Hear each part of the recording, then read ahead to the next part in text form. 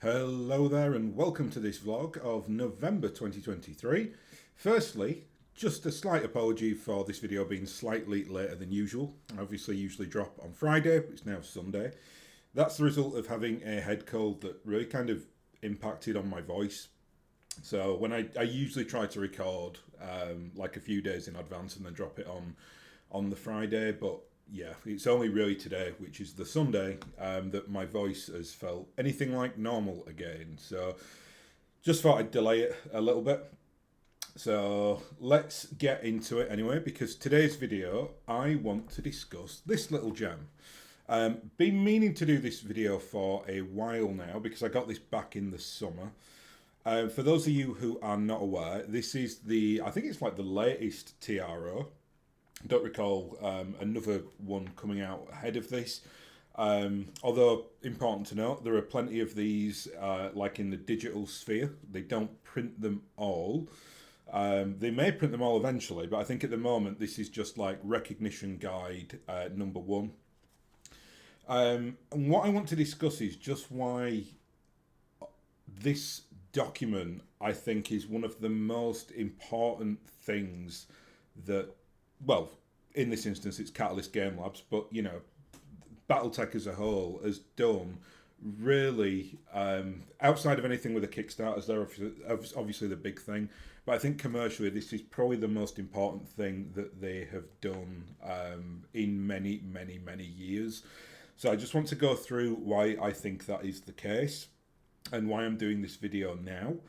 So, as I say, this book came out, I think it was like in the summer. I got it several months ago anyway. And it was just like sat on my bookshelf. Last week, 2 weeks ago, I was in London all week with work basically. And brought this with me. Quite an easy one to pack because they're really quite lightweight. They're not like, it's not hardback or anything. So I just put that in the suitcase, and then I just kind of made my way through it because I really do like reading the TROs. There's lots of good like information in there, and they're very, very fun. And I really like the new artwork as well. So obviously you get like the fancy artwork on the front, but then you kind of get the TRO spec artwork as well. So you get, you know, like this kind of gig, which is like the rifleman, but just think that's like a major improvement on like the TROs, certainly from when I was like small. I think there are some that are really good and that I really liked, but then some of them, I don't know, like the art style on it just looks weird and they don't look like well proportioned, and yeah, it just looks like it's kind of been rushed out. I think now though everything's so consistent because they're using, you know, like a stable of artists who have got like a definitive idea about how the BattleTech universe looks, and they don't really veer away from that. Some people might not like that, so if you don't like that design set, then you're obviously not going to enjoy the fact that the entire universe is now in this like style. But for me, I just think that, you know, it looks so consistent and so well scaled, and like, you know, there's so much like thought gone into like the shading and, you know, the line art and all that good stuff. So for me, I think that's a real bonus, and I think it's something that can draw people in.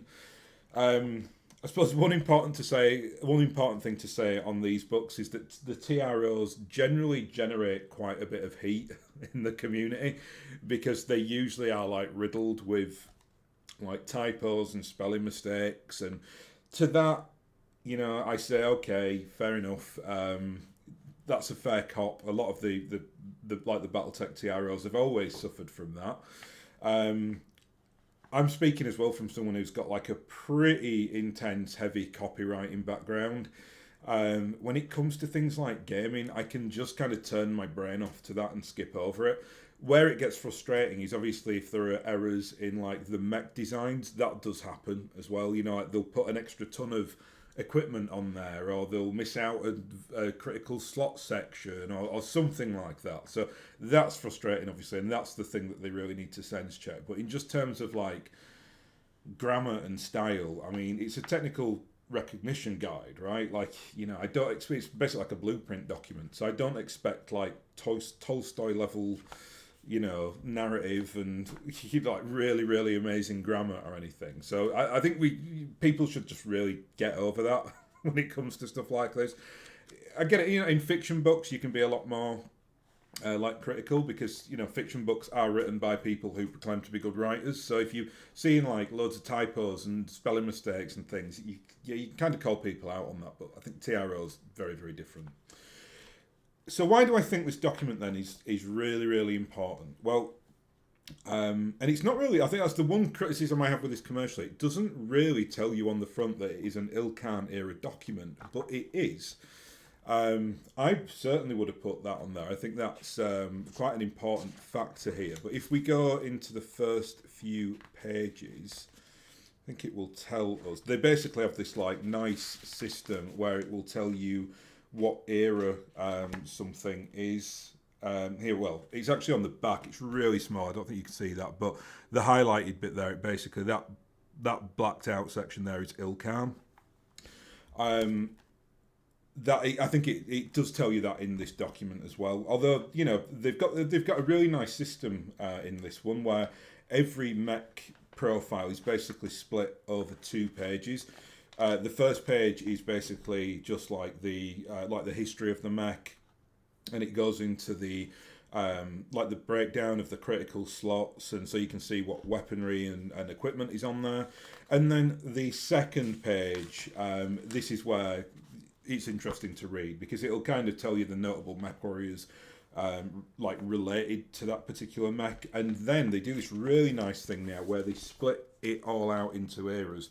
So this is like for the Phoenix Hawk, so it will kind of tell you, here we are, Lieutenant Reginald Ikai, that looks like it's a clan invasion era, or possibly, anyway, I think that it's just denoted by that there. Or it could be someone earlier. Maybe I'm reading that wrong. I think it is. I think it's Succession Wars. And then it tells you yeah, that's right. Then it tells you the clan invasion. Then it tells you like the Word of Blake or whatever else. And that's really good. Like if you are force building and you want to do a force with a particular mech warrior in there, or you can see it's like, oh, here is someone that is attached to one of my favourite forces and I've never heard of that person, because I can't really, overstate how many people there are in BattleTech in terms of the narrative characters. It's just,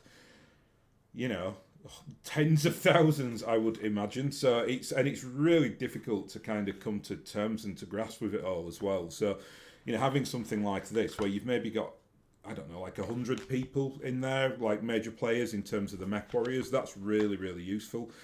Important to note, they've always done that on TROs, but this just looks like a big, big expansion of that. So previously you'd get like maybe 1 or 2. This time most mechs have like 6, maybe 7 mech warriors in there. So yeah, it's really, really useful. Why I think this document is really important commercially though is because, and I've been talking about this kind of on the fringes for several months now about how, and I do speak a lot about like the commercial elements of BattleTech and why I think it's really important to engage like the older fan base to bring them to the Ilkhan party.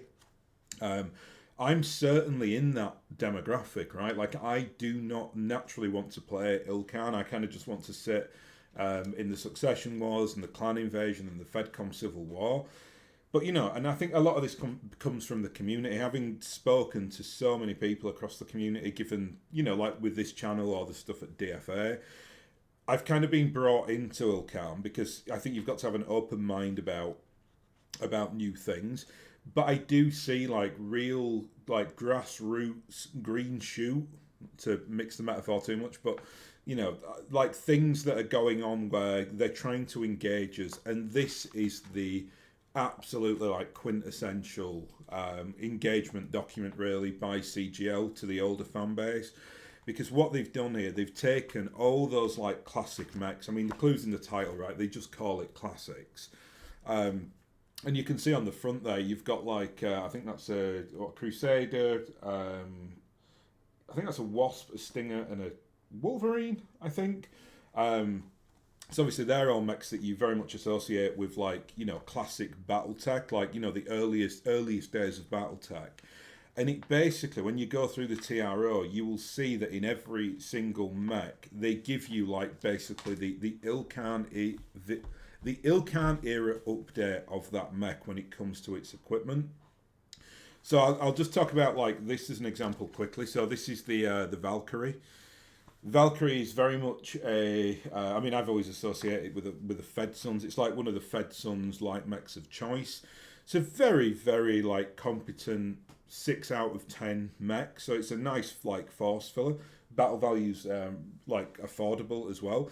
And the original Valkyrie is just very simple. It's one M laser and one LRM-10, and that's it. So really really easy mech to use. It's actually a really nice intro mech for people because, first of all, it's light, so you can get, you have some maneuverability and it can jump. You can get some ranged attacks in with the LRM-10, but then, it just has a little bit of a punch when it gets into close range. So it's just a really nice little, a charming little 30-tonner is what the Valkyrie is. It's not the best light mech by any stretch of the imagination, but it's one of those mechs, if you're bringing like a couple of lances to the table and you've got room for a light mech somewhere, you can't really go wrong with a Valkyrie. It's not going to let you down. It's not like something that's got a heinous amount of ammo. It does have ammo, but it's not got a ridiculous amount of ammo on there. It's got like solid levels of like armor for its size. And, that's basically the succession war Valkyrie. You kind of see that all throughout like the Fed Sons territory, other places as well. I'm sure it's available for other forces. But the Succession War Valkyrie, which they've just, they've done all the Kickstarters, the Valkyrie is part of that Kickstarter. The old Succession War Valkyrie is just really not very good when it comes to tabletop in Ilkhan, obviously, because a mech that's got like no special structure, like it doesn't, it won't have things like, the ferrofibrous arm or anything like that, or internal structure. But what you've got now in this document, and you can find this online, so you can get on somewhere like Flex and you can see all the new variants of the Valkyrie. But this kind of just updates the TROs for basically classic players who are a little bit older, who probably don't use things like Flex and have got their old record sheets that they like, and they like making their own mechs using like these kind of tables here. And it just gives you like a really nice like synopsis. And what I really really like about this is that they keep so many of these mechs, not all of them, but a lot of them are kept Wizzywig. If you don't know what that means, it basically means what you see is what you get on tabletop. So like the old Valkyrie, which has got an M laser and an LRM-10, if you kind of go get the new print of that model, that is what the loadout is. It's got an M laser on the right arm, and then it's got an LRM-10 on the left torso, I think. This version, the updated version of the Valkyrie, has an ERM laser on the right arm, and it has an LRM-10 with Artemis 4 on the left torso. And that's like a real upgrade, right? I mean, obviously the extended range medium laser for Innisphere is not the most amazing thing on the world, but it gives you a bit more range, and it really helps more with the LRM-10 because, the longer range the other weapon, the more it supplements it, the better it is. And then obviously you've got the Artemis 4 on there with the LRM-10. So it's just one of those it's one of those situations where you can just get the new plastic, call it this version of the mech, which is the VLK Mark QDD, which is the one with the ERM laser and the LRM-10 with Artemis, and you're just ready to go with that. And commercially, that's a fantastic decision, in my opinion. I think it's a really, really solid choice by Catalyst. I think they've done something that I certainly appreciate anyway, because I'm not that I'm like a strict Wizzywig player. I'm not saying like, it's got to look this certain way or I won't play it. But I like it to at least just look codified to what I'm playing. So, like for instance, let's say if I'm choosing a variant of a mech that has got LRM-10s and the model looks like it's got an LRM-20 at the same place, I'm absolutely fine with that. That's cool, right? If though I've got a mech that's like got say 4 PPCs, but in readout, it says that it's got 4 LRM20s or whatever, or 4 LRM15s. That just looks a bit weird, and I think it's like, it kind of takes you out of the gameplay a little bit. When I'm all about like the gameplay immersion, it's why I like to use like 3D terrain, and I spend quite a lot of time and money on the terrain as well to make that look as nice as it can be. But I also think if you're playing even slightly competitively, it can really kind of confuse your opponent, because they might be looking at the mech, and without looking at your record sheet, they might be like, oh, whatever, however you've done it. Like, say if the mech looks like it's got PPCs, but you're using LRMs, then they're not going to be factoring like indirect fire psychologically when they are doing their moves. And I know that's such a tiny thing, and I don't think that's, like a major problem in the game or anything, but I just feel like it's slightly discourteous to your opponent. I mean, you can get around it. You could tell them before you kick off, right? You'd be like, look, just remember that this mech here is rocking LRMs and not PPCs. And then it's obviously up to them to remember that. But I think at a glance, it's important that you should just be able to see what that mech has kind of got on it, in terms of like whether it's a ballistic or an LRM system or something like that. And again, I'm not a stickler for that. And if I had an opponent who came and played, like I said, oh, I'm using like the vanilla model, but I'm using this variant which has got a different weapon set, I'm not going to complain about it, right? But again, it's just that, like, it's immersion plus just some having a bit of respect for your opponent's memory. Because I don't expect them to kind of know my force inside out. I've built that force. I mean, it's helpful if you do know it, because then you know your opponent. Just little things as well, like on Tabletop, like all the models that I've painted for BattleTech, I always really spend some time like highlighting jump jacks. So like on the back of the model, I actually paint it in, it's a Citadel Colours paint called Rune Lord Brass. So I paint all the jump jets in that, and then I basically put like this really like neon-y orange paint basically within the vents, just so that at a glance you can absolutely see, oh, that is a mech with jump jets. And again, I think that's just almost like an important facet for when you're doing like the movement phase, so that your opponent can be like, oh, if I move here, this mech can jump behind me and get a rear shot. So I like to play, not Wizzywig 100%, but I like to kind of, try to do it as much as possible, or at least be like show some courtesy on it. So that's again why I really, really appreciate how they've kind of made this particular document. And all the, I think like the vanilla variants, they usually give 2 like versions of a mech. So I'm just looking at the Phoenix Hawk here. So like this is the Phoenix Hawk PXH Mark 9. This has got a large X-Pulse on the right arm. The standard Succession War Phoenix Hawk has just the regular large laser.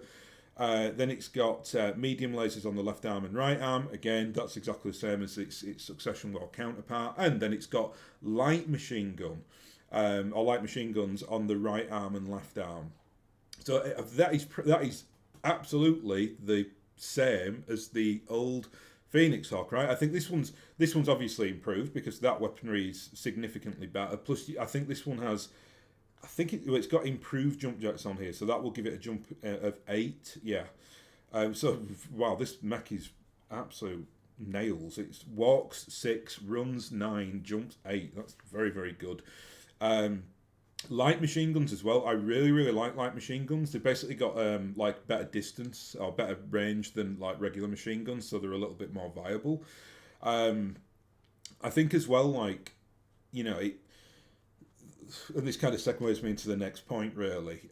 It's really, really important that, like, when they've updated this with the weaponry and the like the equipment, it seems to me, and again, this might not be the same for all the mechs, but just for the ones that I've looked at, it's not the really derpy weaponry that they've put on here.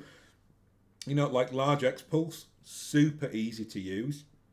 It's basically quick 101 into pulse history, I suppose. So inner sphere pulse weaponry is traditionally not very well liked because the range is terrible. Right, like I think the range for like the medium X-Pulse is 246, which is brutal. I mean, they are difficult weapons to use. The big advantage that you get from X-Pulse weaponry, though, is that you get the -2 to hit, so that can be massive. Clan X-Pulse weaponry is, I think a lot of people see that as the best weaponry in the game. I don't necessarily agree with that, but it's certainly like I think the Clan L-Pulse is, yeah, it's hard to argue that that is not the best weapon in the game. It's got incredible damage and incredible range, so yeah, it's a really, really great weapon. The Inner Sphere X-Pulse is just, a similar version, but it's just worse, right? So, like all Inner Sphere things, like mass-produced, and the technology is not as good. What then happened was, and I think it was Fedcom that did this, Fedcom then developed the X-Pulse, and the X-Pulse is basically like a range enhancer. So I think, and I'm just going off memory here because I've not used it in a while, but I think it just basically brings them up to a decent range level, not as good as the clans. And again, I'd have to go and check, but I think like the medium X-Pulse is like a 369 instead of a 246, and that does make a big difference.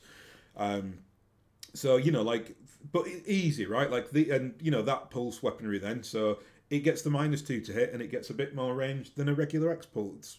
Than a regular pulse weapon. So great, really easy to understand.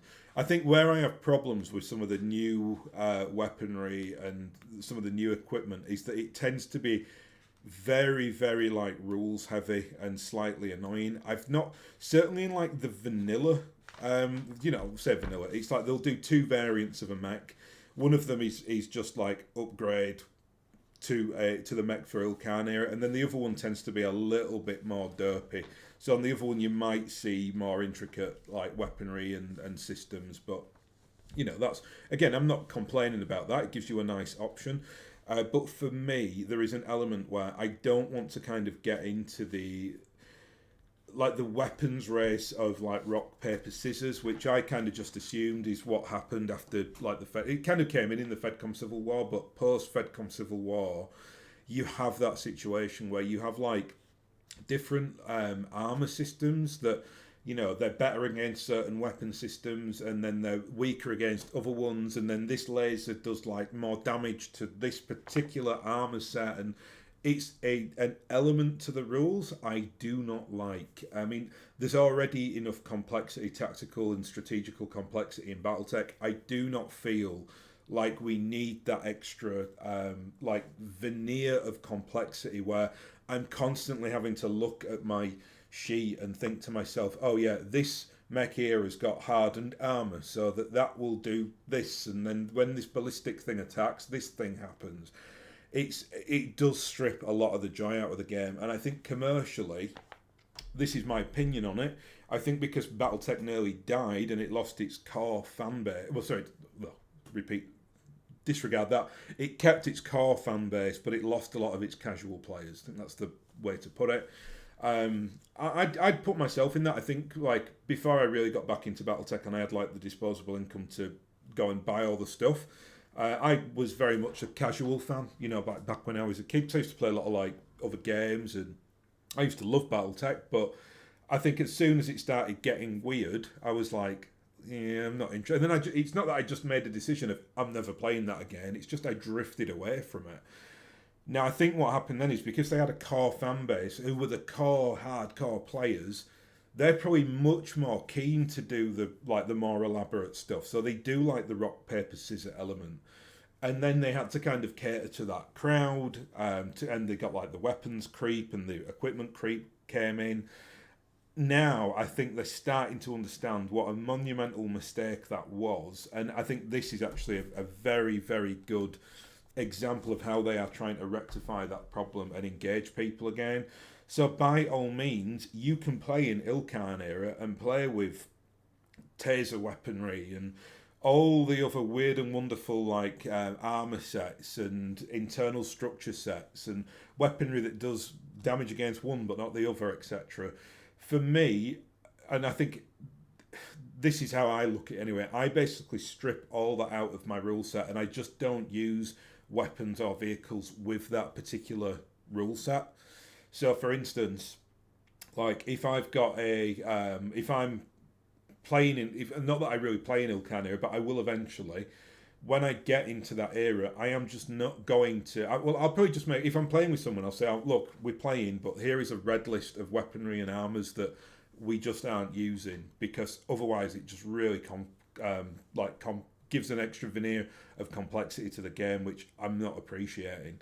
Now, again, depends on the person, right? Like if someone says to me, oh, I'd really want to bring this mech and it's got the taser or whatever they call that weapon, I'd be like, I'm not against that at all, right? But I'd kind of be really sparing with it. I'd say, okay, well, let's just kind of limit ourselves to like one or two of these weird and wonderful rule sets per game.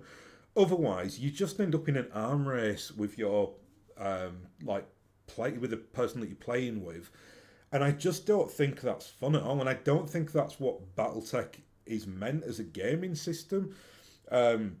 It's all tied up into like positionals and strategy, and there should be an element of real luck to it, as opposed to kind of bringing weaponry that shuts your mechs down. I think that's like what the taser does. I mean, I can't remember what they call it, but it basically is a taser. It just goes in, electrifies the mech, and if it does a certain roll, it will shut it down. That's not a fun thing, right? That's not something where I'm like, oh, that adds a lot of extra interest to the game. It's like, no, it's just a really frustrating weapons component. And the same with like the armor. Like when I'm coming across like these weird and wonderful armor systems, which I'm kind of getting my head around now, and then I'm thinking, there ain't no way I'm ever going to play this, because I know I'd just forget. And then I'd forget, and then you lose all the battle value attached to that when your opponent's just getting standard damage on you, and then you're attacking your opponent, and your opponent gets frustrated with it. I don't need that level of complexity. The game as it is already complex enough. And I love that adage that the best games are easy to learn but difficult to master. That to me is like original BattleTech. Oh, not original BattleTech, because I think original BattleTech does need some changes, which I've spoken about actually quite recently in the 2.0 classic vlog that I did a few weeks ago. But what I'm trying to get at is like, it's still like, even at core classic level, it's not hard to learn BattleTech, but it's difficult to master the positionals. Like if you don't understand how like initiative really works, and things like that, you should be moving certain mechs before other mechs because they've got less chance of getting blown up or taken off the table or whatever else. That's a lovely layer of complexity that I like. Again, what I don't like is micromanagement and having to remember 1,000 different things when I'm playing a game with someone. I want it to be immersive. I want it to be fun. I want to have fun playing it, and to have those like moments where you get that like headshot and everyone, it just changes the course of the game. Anyway, so yeah, this is almost like, I'm not paid to do this, but this is pretty much my advertisement for this. If you are wanting to get into Ilkan, I would 100% recommend it. I think for me now, I will, I've said this for a while on the channel, I am waiting until the next Kickstarter comes, which will hopefully be like early mid next year. At that point, I will have, I think it's getting on to like 1,400 mechs, which is terrifying. When that's all painted up, when I've kind of got all my forces, and I've planned now, I've structured in to do Ilkan forces. So I've got forces prepped and ready to do like, Clan Sea Fox, and to do like Hell's Horses. I know Hell's Horses have been around for a long time, but they're quite like present in the Ilkan era. So yeah, I think when I've got all that, I basically can then play anything between like Succession Wars and 3067, and then can dip into Ilkan if I want. I've said this before, I'm really going to ignore the anything from like Jihad up to Dark Age I'm really not interested in, but it just allows me to get back into BattleTech properly, because that's where we currently are. So I can kind of pick up books and read them and understand them and be like, oh yeah, I know that this is going on with the law now. So yeah. Anyway, that's all I wanted to discuss today. So hopefully I'm now over my illness and I can just get back to recording as per usual. So I will thank you very much for watching, and I'll hopefully catch you again next time.